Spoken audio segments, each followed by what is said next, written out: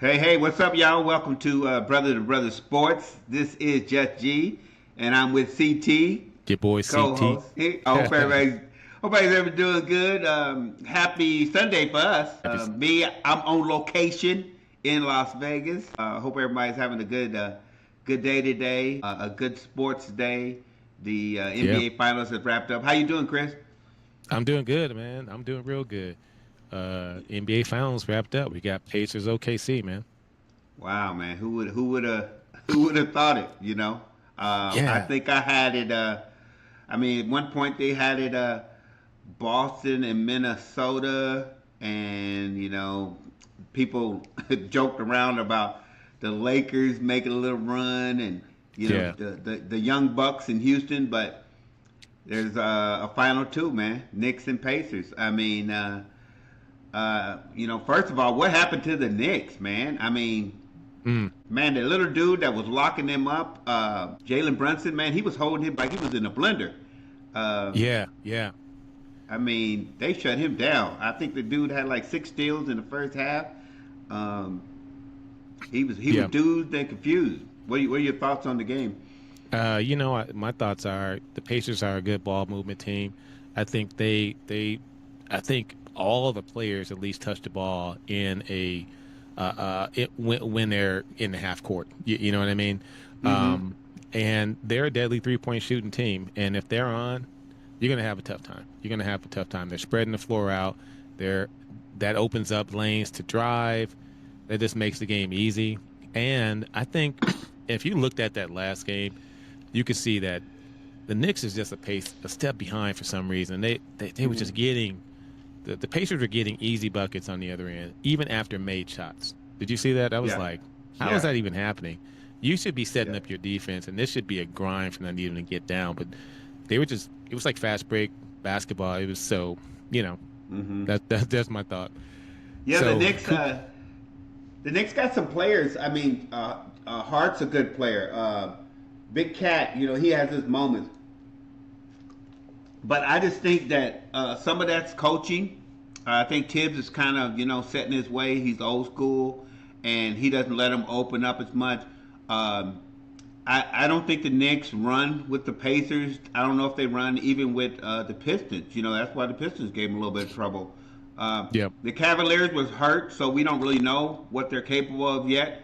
But the Knicks still got some work to do.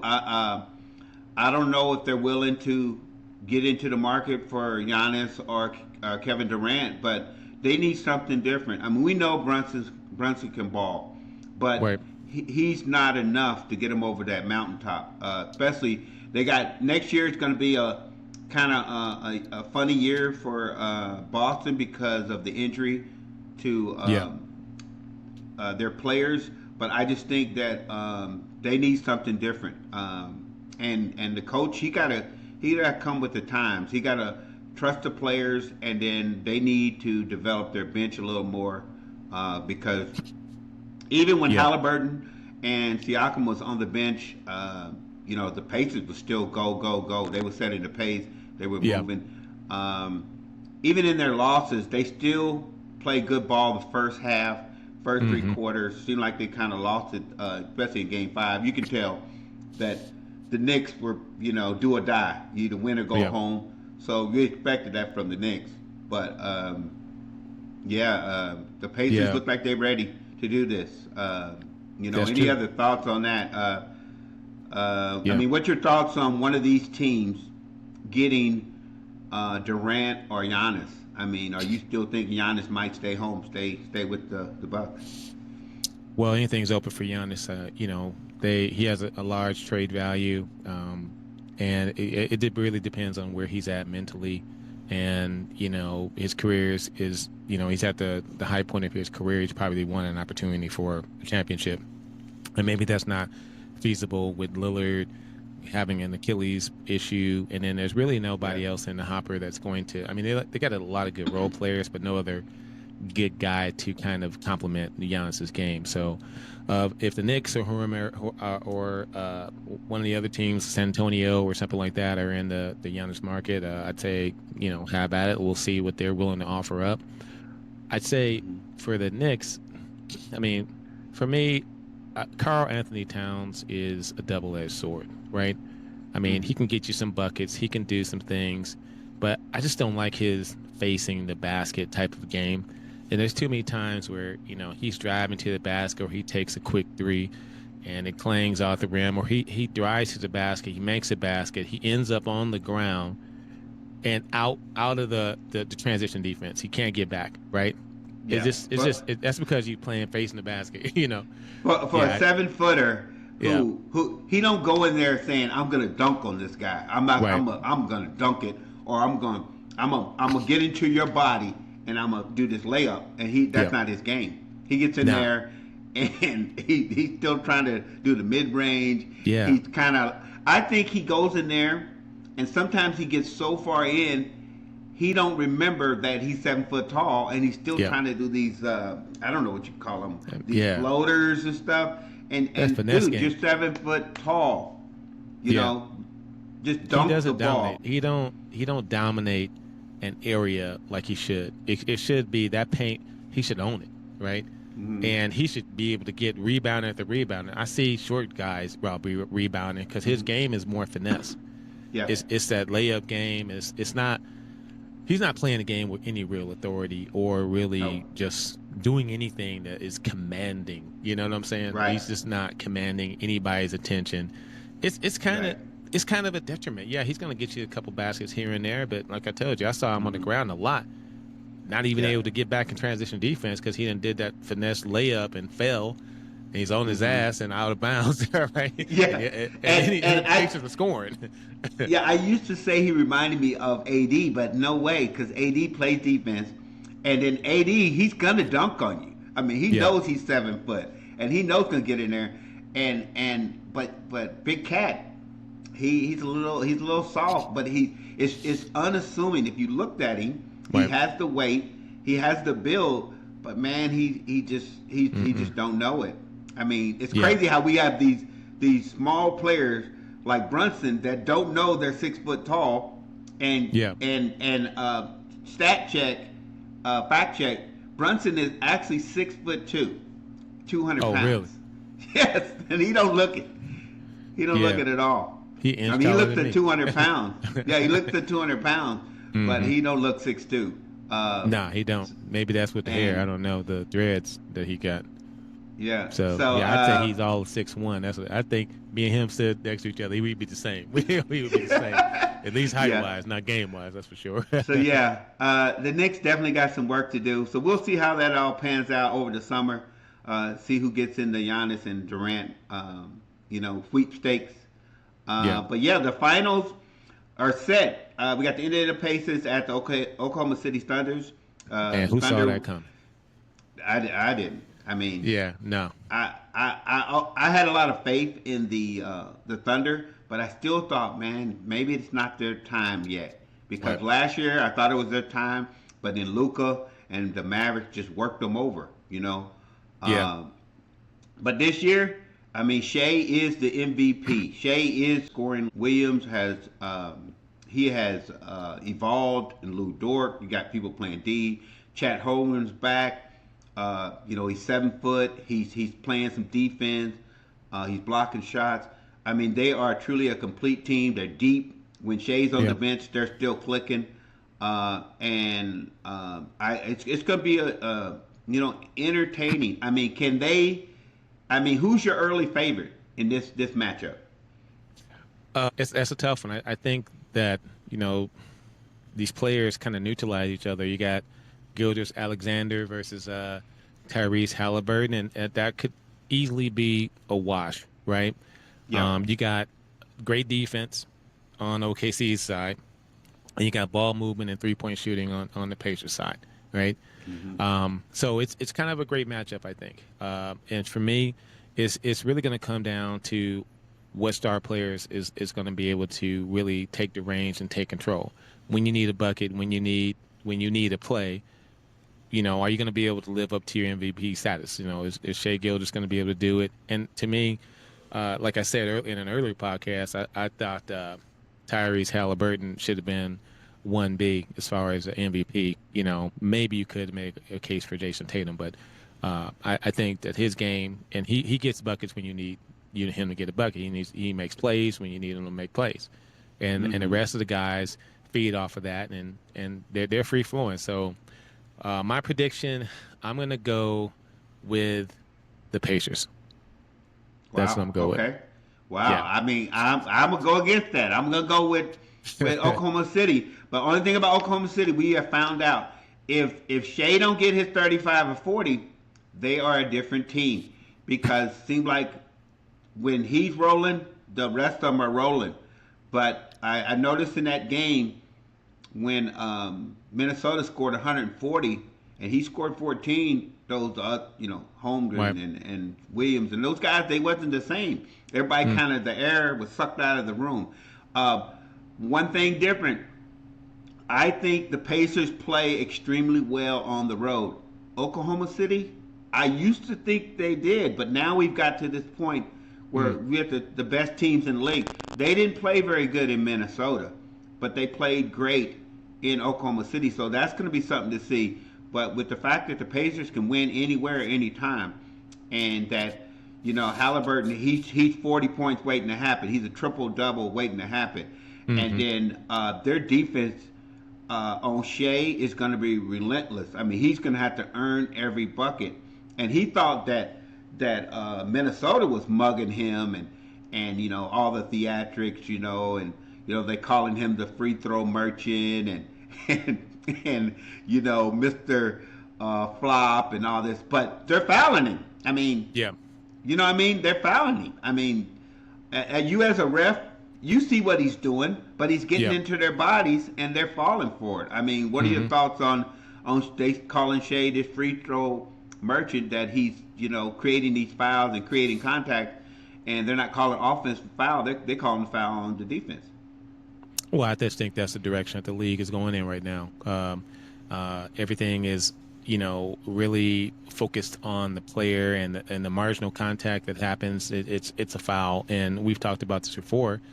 Maybe back in the 90s, those types of fouls wouldn't even be, they would be ignored. It wouldn't be something that you would call. But nowadays, it's a free throw extravaganza, and it just leads to an ugly show. But going back to this matchup, I'm going to say, and I'm going to double down on the Pacers, and so that's my prediction. But I do think that they have something that OKC doesn't, and that something is Pascal Siakam. I mean, he brings a veteran stability to them. He got some playoff experience. He's that unicorn that's out there, and I don't think that they have a player other than maybe Chet Holmgren who is that can maybe match up with him. He's just going to be able to get his buckets just like he did against the Knicks. So I don't see the 1B for the OKC. I don't know who 1B is. It Jalen Williams? They say Williams, but I think it's one night it might be Williams, one might be Chet. Holmgren. Right. That's a tough one. I mean, I know those last couple games that they won, those three guys, Williams, Holmgren, and Shea, they scored 95 points. Right. If Shea gets 40 and them guys get 25 each, and then with their three, they're kind of, these teams are built the same, because what they do is they get the lead, and then once them three, and they're not like Boston. I mean, the three-point shot is part of their game, and I think they're percentage-wise, they're better shooters. Boston, I mean, they shooting 60 three-pointers and missing them, 50 and missing, know what I mean? Missing. But I don't see all that. It's like part of their offense. They move the ball until the person is open. And then even with Shea driving in, they rather give up, at least Minnesota, they rather give up that mid-range and allow him, and he's hitting it, He's hitting it, or he's driving in and causing the foul. They will, if you consider necessarily their best players, I think they're going to do what they did with Ant-Man. They're going to get him in foul trouble. And I think even with Siakam, they're going to get him in foul trouble. Because if you try to double these guys, Shea's going to get the call. Right. And And then they got the grinders in there. They got Lou Dort. They got some people in there that are, you know, willing to use all 6 fouls. And Yeah. it's just gonna be a good series, I think. I think so too, man. I think you made some very good points there. You know, but for me, as far as one-on-one matchups are concerned, defensively, I'm going to say, if we talk about strengths and weaknesses, I'd say the OKC Thunder have a little bit of an advantage with Shai Gilgeous-Alexander. I think that he can get to his spot, and he's a one-on-one nightmare to match up against. And I think Halliburton is just a little bit below that, right? That's my thought. We'll see, but if I had to get a bucket, it's probably going to be Shai Gilgeous-Alexander that you know, over Halliburton, and I put the ball in their hands. Yeah. Yeah, exciting stuff, man. Exciting stuff. Yeah, and I think when you get Hardenstein, Holmgren in there together, I think they're going to cancel out. Turner's going to have to really step up. I mean, he's the veteran other than Siakam. He got to step up. I mean, yeah, Viva Canada. Canada, we got some Canadians. It's like 4 of them now. They're going to be in the finals, man. International, you know, maybe it's the tariffs that's causing this problem. Yeah, man, I don't know. Because they back. Yeah. They are back. Hey, what about coaching? Who has the stronger coaching pedigree and between the two teams? Who's the better coach? Well, the more experienced coach is in Indiana, but I like the way Oklahoma City, their coach lets them play. He really lets them play, and you can tell that they're a young team, but they really trust and believe in each other. I mean, man, these teams are so similar. I mean, the only difference I see in these teams is Siakam. I mean, Pascal Siakam, he's won a championship with Kawhi up in Toronto, but these other ones are just young, hungry players. Some of them journeymen, some of them on their second and third teams. You know, we got Halliburton, who's traded from the Kings. You got Shea, who came from the Clippers, and these players, it's just incredible. These players are not with their original teams. I mean, it's just unbelievable. It shows you how in the NBA that these teams give up on these players way too early. They give up on way too early because everybody's trying to have a big 3 instead of just sticking with the players you have and develop them. That's one thing I love about Oklahoma City. Even with Indiana, they traded. I mean, they traded for these players, but they traded to get them while they was young. You know, I mean, look at Sabonis. Sabonis is the all-star. He's played the best, you know, dual threat, double guy. He plays for the Kings, but he's 20 points and he's 10 to 15 rebounds every night, just consistent. But they gave him up for Tyrese Halliburton. I mean, they saw what they needed, and they still got Turner, and Turner's still in that role that Sabonis did, and he may not be getting, you know, 20 and 10, but they're winning. And that's what some of these other teams need to figure out, how you can win and develop your players and get to this point during the season where you're not fishing and that you're playing for a championship. But you know what? Weren't both of these teams kind of the recipient of that Paul George trade? They both got a windfall on that, and now I think I'd say both of them won, right? Oh, for sure, definitely. And even if I look at that Knicks and Minnesota trade, they traded Big Cat. They basically traded players, and both of them made the playoffs. I mean, the Knicks didn't finish, but that was a good trade. You know, it's very rare to me in the NBA for trades to work out for both teams. Usually somebody gets the shaft by somebody getting hurt, or, you know, AD got hurt. And then with the Kings, De'Aaron Fox got hurt. Look at Paul George. Oh, my God. I mean, he got this crazy. He got sick. Hey, playoff PG, whatever. I mean, come on, man. That's Humpty Dumpty, man. He's making $60 million, and nobody's going to take that contract. No, No way. man. He fell off the wall too many times, shattered to a Yeah. million pieces. Yeah. You know what I mean?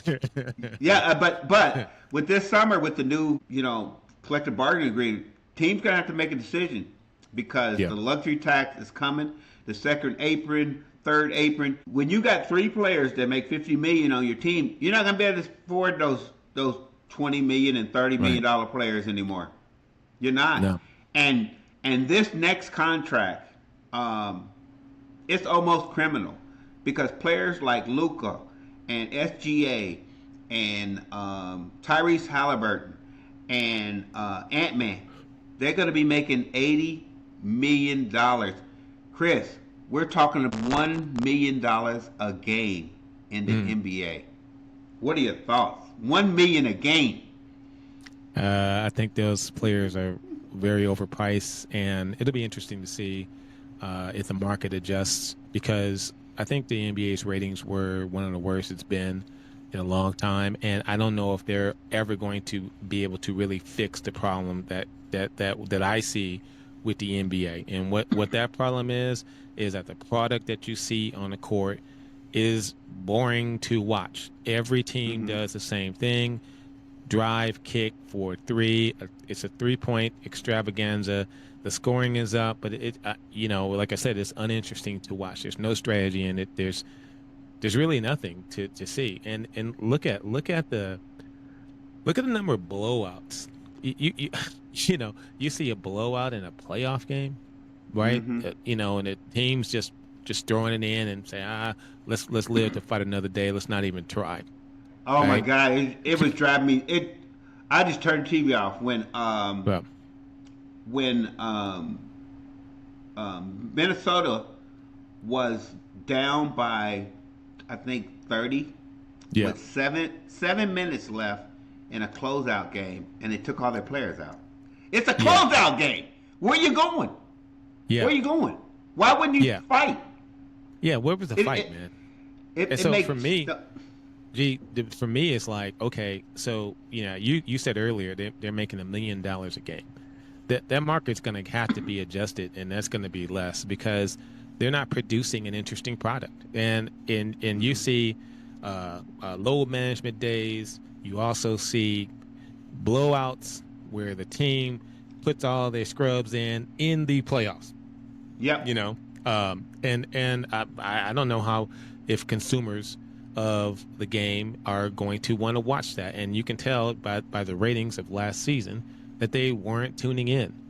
So there's going to definitely be a reckoning with that, and we'll see how it goes. And so maybe that 800,000 or 8 million or $1 million a game will become something less. But hey, listen, if they need a guy, you can sign me to a 10-day contract. I do it for 500 a game. But you know what scares me about that is that we're gonna end up paying for that. I mean, I like to go to a couple games a year, but I don't want to pay $500 to see the star player on the bench. And right now they expect you to pay $200 for a nosebleed seat, so it's only going to get worse. And the product on TV, I like watching the first quarter. I like watching the fourth quarter of close games. To me, the best watch in the NBA is the third quarter. But these teams now, if they're losing, they're taking the players out. There's no fight. There's no. And then I laugh because I forgot if it was game 3 or game 4.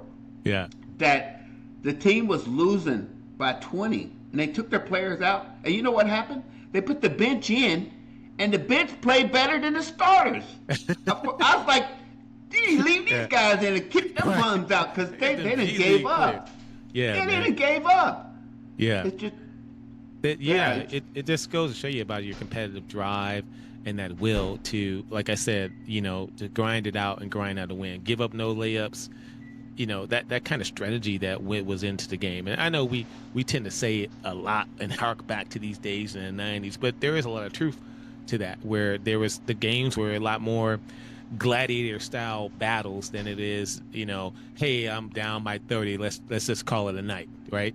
I'd say if that's the case, give me some of my money back, right? For real. Hey, you gave me 2 quarters a game. I spent $200 on some tickets. Give me $100 back. and we Yeah. call it good, right? Yeah, it's You know? crazy that they're just Yeah. not they're not finishing the game, and I mean there's just not. And then some coaches are so old school where they only playing 4 or 5. Well, they playing 5 for sure, but they at the most they might play 6 or 7 players. Come on, play your bench. Right. Get some other people involved. It's like they don't even like. That's one thing about Tibbs. He wouldn't even let Reddick did it with the Lakers too. Sometimes they don't even change players at all. There's no substitutions in the second half until that very end, where the game's out of control. And I'm keep thinking like, this is the playoffs. You know Yeah. what I mean? You as quote you play to win the game. They playing just to live for tomorrow because we got one more game left, and it's just bad TV. It's bad basketball. I tell you what I'll do for them. They can sign me, right? Give me $1,000 a game. Not only will I give them 5 good fouls, I'm gonna foul the hell out of them. I'm gonna give them 5 good fouls. I'll also sweep the floors and hand out the towels. You getting the bargain. You know what I'm saying? You're getting the bargain right there. Yeah. Yeah. It's just totally different. On another note, what do you thought about some? I followed Wright, and Wright had some ideas that might switch up the NBA. That he said that you know how people, it's a lot of players, they're calling their own replays, and he said it's slowing the game down. And then the hacker shack, that all the fouling on purpose to slow the game down. He had this idea that, hey, the NBA should come up with, if you foul before the last 2 minutes on purpose, and you can tell when teams are doing this, especially when some teams, I'm up by 3, I'm going to foul. Especially poor shooters, the hacker shack. He's thinking that if you foul, they should allow the team that got fouled the choice to take the ball out on the side, have possession on the side, instead of shooting the free throws. What's your thoughts on that? And he's saying that instead of going to the line where my guy's shooting 60%, just give me the ball on the out. Yeah, I'm not sure about that.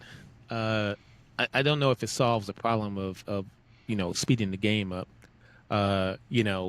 There is some element of strategy with fouling your worst free throw shooter too, and I think the game needs more of strategy like that to make it interesting. I don't like sending a Shaq to the line, you know what I mean? But as far as a sound strategy, it seems to make a lot of sense to me. So I don't know if it, taking the ball out to the side, maybe that'll solve. I don't know if that's going to be a great solution, but as far as I'm concerned. But think about it. If they stop fouling that player, because if they foul him, they know the team that they foul is going to get a fresh 24. Wouldn't that stop all the fouling? I guess my point is, I think fouls are a strategic part of the game. It does slow the game down, but I don't like the pace of today's game. Like, it's run up and down. Your centers are hoisting up threes, bricking them off the glass. Yeah. And everybody's a 3-point shooter, and it's already a fast-paced game. And bringing the ball, I think, bringing the ball out on the side and you taking that element of strategy out, it makes it even more fast-paced, but still an unwatchable, boring product. So maybe it adds, hey, let's stop fouling this dude to pacing the game up. I still don't know if that improves the overall quality of the games that we watch. But it's an interesting approach. I doubt if the NBA will make that move. Okay. Yeah. So speaking of fouling, let's talk about the we go back to the foul heard around the world when Angel Reese pushed Kaylin Clark pushed Angel Reese, but they didn't show what she did before. Tell us what Angel Reese did before. Yeah, I saw that. I was like, wait a minute, that's an offensive foul. I think she pushed Boston in the back. In that rebound position, right? And so that was an offensive foul. It should have been called. It wasn't. What struck me as odd was that the amount of anger that she displayed after it, when it, to me, I agree that that's just a really, to me, not a flagrant, just a common foul.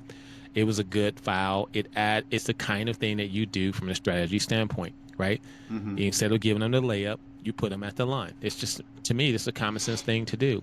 But then I kept hearing, Caitlin Clark's fans are racist and they say racist things and make monkey noises.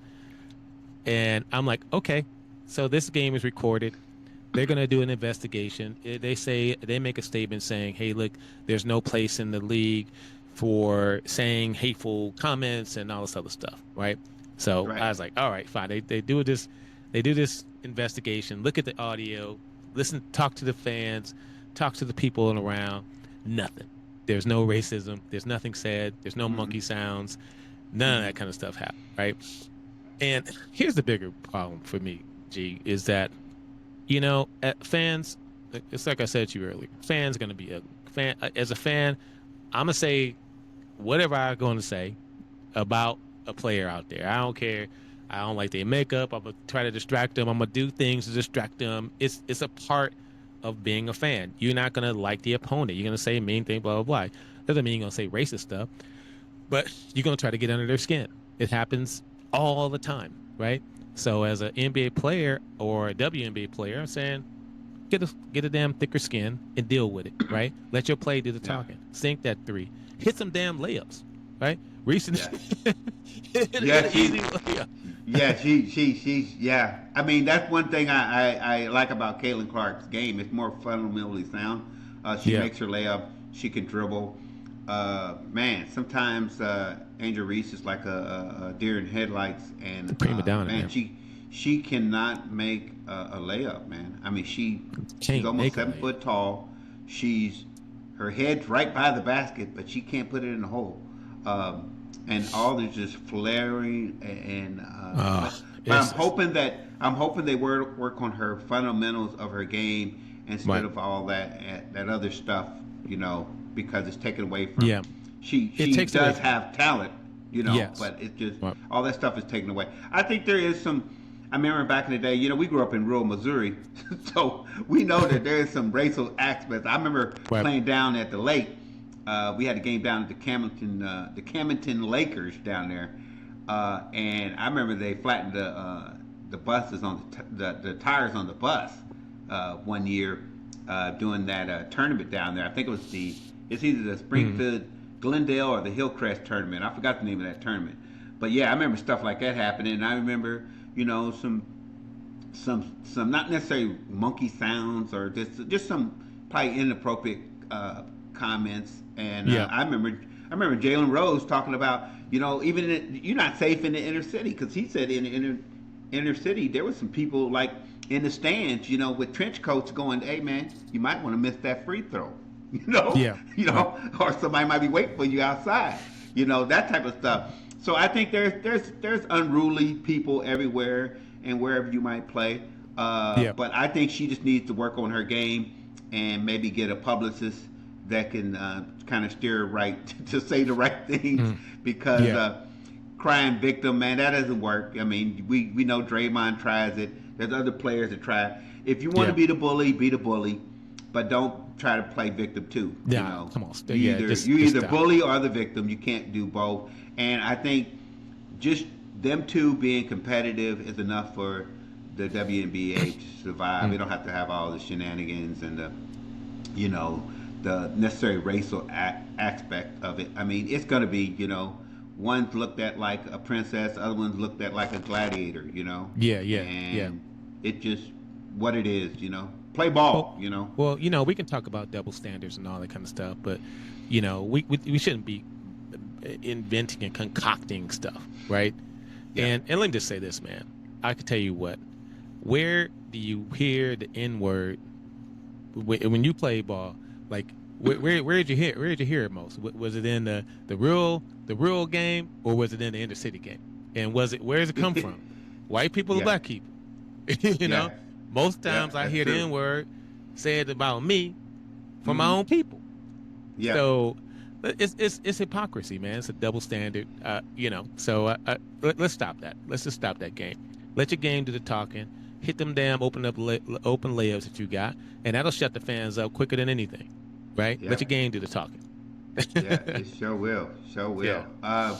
Yeah, but other things going on. We got the U.S. Not the U.S. Open. We got the French Open tennis. Chris, you play tennis at all? Yeah, man. Yeah, I played tennis a lot, you know, in my younger days.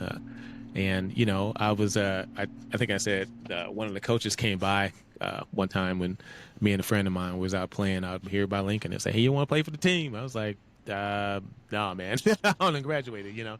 But, yeah, man, we used to play quite a bit. So I wouldn't say I was just a good player. I know how to serve and volley and backhand. I know how to do. Well, backhand was kind of weak, but my forehand was good. What about you? Yeah.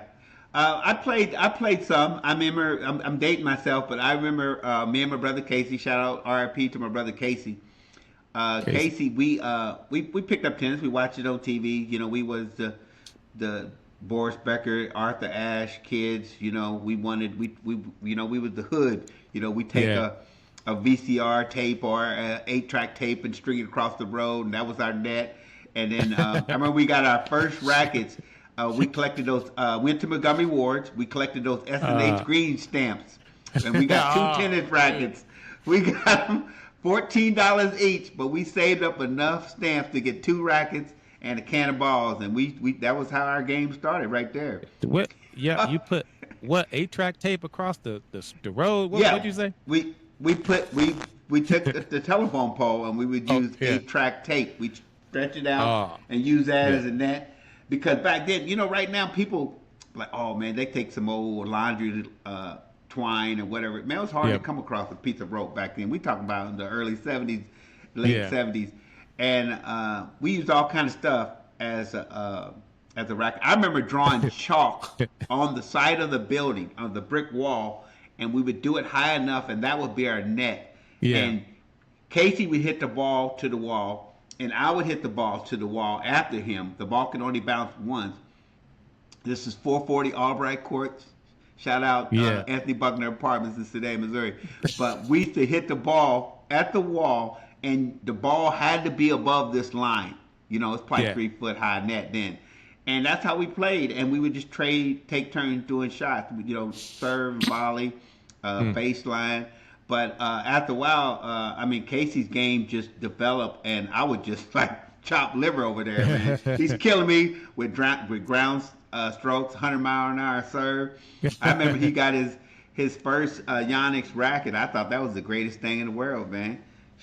I mean, tennis is an expensive game when it comes to equipment, just like golf. I mean, the fact that people are playing with $300 rackets, man, just blows my mind.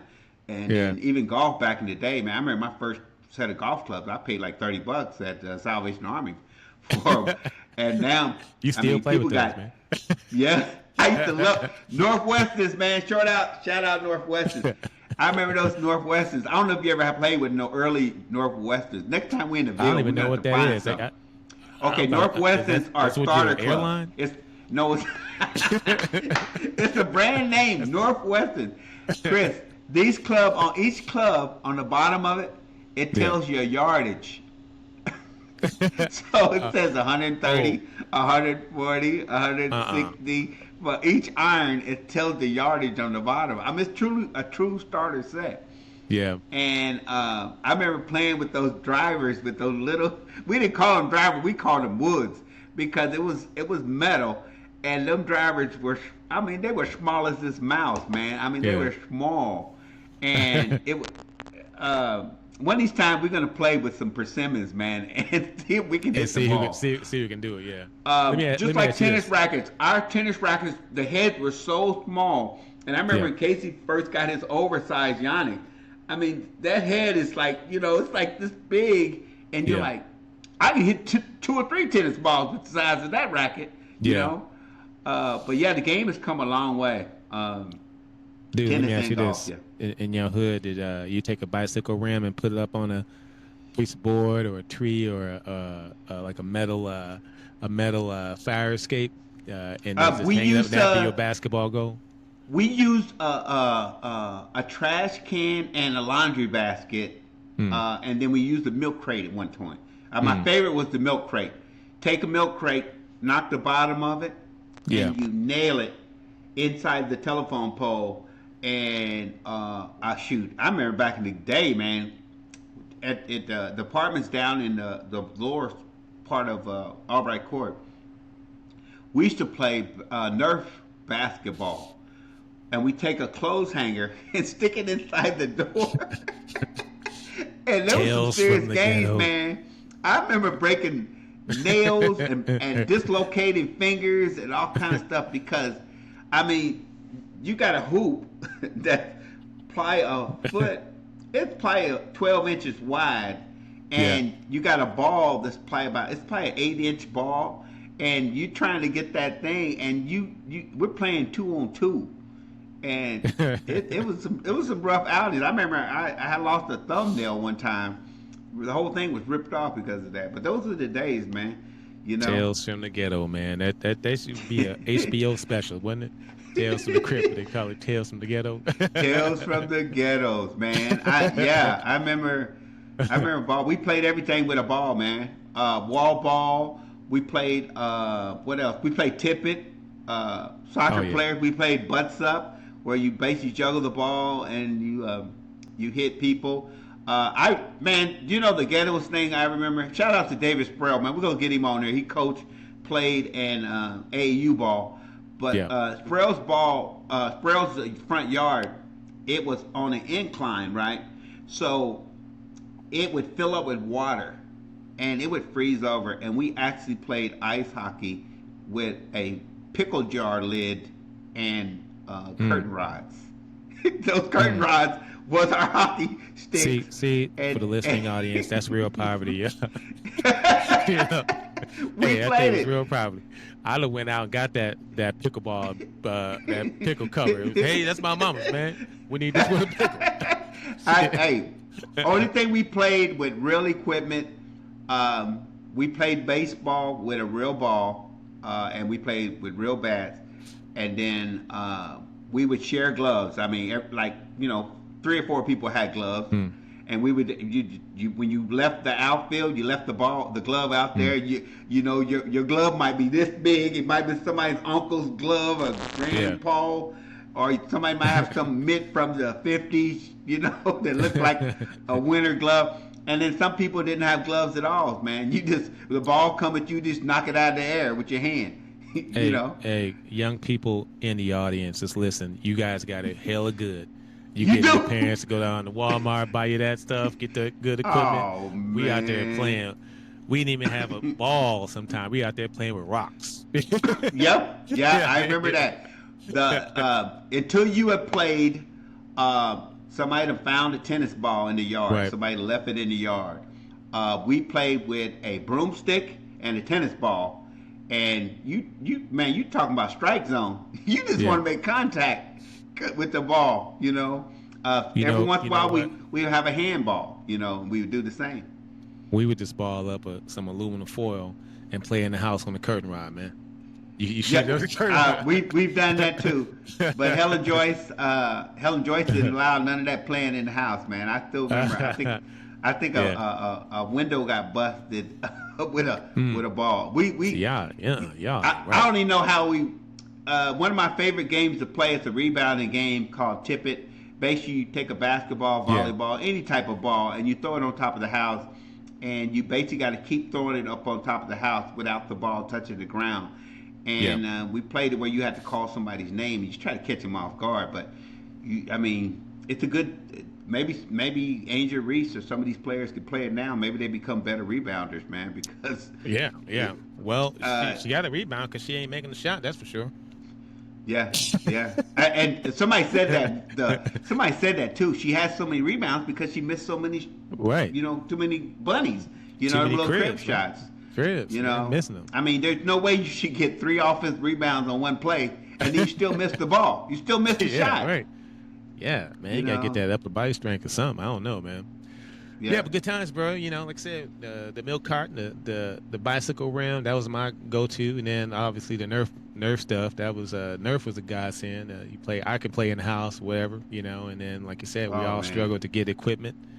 You know, baseballs and bats and just playing. So, you know, if you didn't see a lot of brothers making it to the big leagues, it's because they didn't have. We had to make the game, right? We had to. Oh yeah, for sure.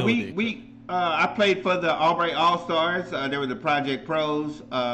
There were the In Town Clowns, and you know, we just take a white shirt like this and get the magic marker and put your number on there. You know, everybody wanted to be number 42, Jackie Robinson. You know, and you put your name on the back there, and you put maybe some little stripes or something for your, you know. See, Scott, they was wealthy. You could actually take a white shirt and ruin it by right, man. Oh, man. What? This is the shirt. This is the shirt you had from your mom. You take this shirt out of the house in your pocket. You don't wear this out. Go and get that white shirt I bought you. The one I bought you, go get that one. We gonna go to church. You know that shirt that you wear underneath your church shirt? You know, your Easter suit or whatever? That's the one. You know, when I was, this is dating myself, I remember watching Different Strokes. And Arnold and Willis used to wear those jerseys. They have the numbers on them. I'd be like, man, I was so jealous, man. Yeah. They had the Nike Cortez on too. Oh man, I was so jealous, man. What you talking about? Hey, you had Jocks by Tom McCann. That's what you had on. You had Pro Kids, and we didn't have Pro Kids. We had them Bobos you bought from either Consumers or TG&Y, or maybe if you go up to Jupiter or Batteries. Consumers, man, you know that's some Sedalia. You know those shoes, man. Hey, you know those shoes. The pleather ones. No. The whole top of the shoe would disappear. Yeah. The whole top of the shoe. They was canvas. But the bottom sole, I don't know what it was made of, but it was indestructible. But the top of the shoe would be gone, but the sole would still be there. Right. Hey, I bet you can go out to the project and there's still some of those shoes hanging on the telephone line because people used to throw the shoes up there after they got old. A crazy story I have about that is true story. I forgot what grade they're in, maybe second or third grade, and that's back in the public school. If the teacher noticed you that your shoes were kind of holy or your pants were kind of holy, they would actually take you. The Salvation Army or some church group would take you and buy you new shoes. So one day, the teacher came up to me and the counselor came in and said, "Hey, Garland, we're going to take you downtown and we're going to go to the Red Shoe Barn and we're going to buy you some new shoes." And I was like, I'm a kid. Okay, but we're going to call your mom first. So they call up Helen Joyce and they go, "Mrs. Hill, we're going to take Garland and get him some shoes because we noticed the shoes he's wearing are kind of rough." Jacked up. Oh, man. So I had my favorite pair of shoes, Chris. They were my home run shoes. Okay, they were like Converse, but they wasn't made by Converse. And on one toe, it said home, and the other toe said run. Man, you couldn't tell me nothing with them shoes, man. I was fast in those shoes. But I wore those shoes so much, Chris, that there was nothing connecting the rubber part at the front. There was nothing connecting there because all the material was gone. It was just the laces. It was just the laces and the toe. That was it. And then on the side, they were kind of ripped up. So you wearing like gladiator style sandals?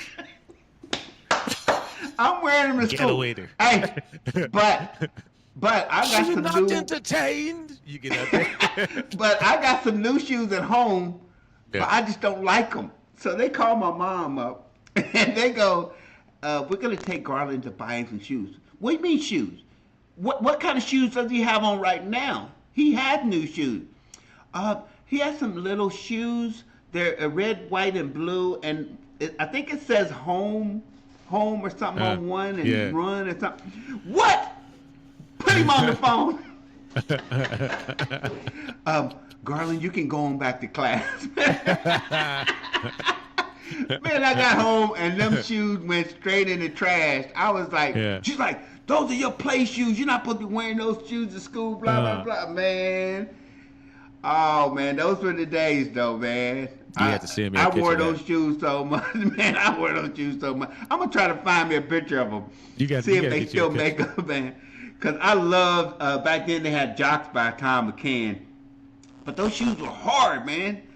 The bottom was hecka hard. You couldn't run them, man. I watch people, you know, they got the little skinny track shoes. Achilles trying to run in the hood. Hey, man, if you didn't buy your shoes at the grocery store or the gas station, man, we didn't know nothing about no Foot Locker, Pommel Sporting Goods, man. we didn't know nothing about that yet. We got our shoes. Your mom would walk downtown, get you some shoes from the Shoe Barn or Madeline's Kmart. Play it again and again and again. Sports. Those were. You better stop playing. Stop playing in them shoes, boy. That's what that was. When you go into that Salvation Army to get them shoes, you'd be like, wait a minute, it ain't nothing but rubber and shoestring. Oh man, that's one thing, man. My mom's didn't play, man. She made sure we had new shoes. I mean, you talking about school clothes? You better get home, man. And take them school clothes off, man. Take them school clothes off. Take them school shoes off. But you ruining the white shirt. Put numbers on it. Did she know about that? Nah, she didn't know about that, man. We don't talk about Bruno, man. We didn't talk about Bruno, man. That's funny, bro. Yeah, but that's Tales from the Hood. You know, Tales from the Hood. That's good. Good times, man. That's be a new segment, man. Tales from the Hood. That's what's up, man. We played. Yeah, we played all kind of sports, man. All kind of. These kids nowadays, man. You know, you gonna make yourself sound like an old man. These kids nowadays. I'm sorry, man. But they don't wanna go outside, man. You know, you kids talking about, man, I had 20 points and 10 boards, man. Well, yeah, did you? Where you play at? You play at Helias? You play at Smithcon? Oh no, I was playing 2K. I was playing 2K. Yeah. We scored 50. I won 57 to 29, and I had three rushing touchdowns, and I threw for huh? What? I didn't know you play ball. Yeah, Madden, man, Madden. I ruptured a tendon in my thumb, man. What's up? Hey, true story. I remember when who was it? Was it Steph Curry? Gosh, who was it that just signed a big contract? I think it was Jaylen Brown. Jaylen Brown's contract was 375 million, something crazy like that. Yeah. And I remember I told the boys, I said, "Don't you want to go outside and shoot some baskets?" The grips. Nah, I'm good. I'm good. I said, "Don't that make you want to go outside and shoot some baskets?" Come on, man. Yeah, it's just a different time, man. Different time. Hey, man, I got the studio walking around in my background, but I don't know what's up. They supposed to be just walking around. You got I know. You got a studio audience? I got. Yeah, I don't have that today. The production crew out here walking right in the camera. Like, what the hell? Yeah, mine's still tired from, they went to the concert last night, Kendrick Lamar and SZA, so they tired. So, yeah. So anyway, Brother to Brother Sports, check us out on YouTube, Spotify, and iHeartRadio coming soon, Apple Music. Appreciate y'all listening. Like, comment, subscribe. We got some special guests coming up. We got a segment coming up. We're going to talk to some coaches, some former players.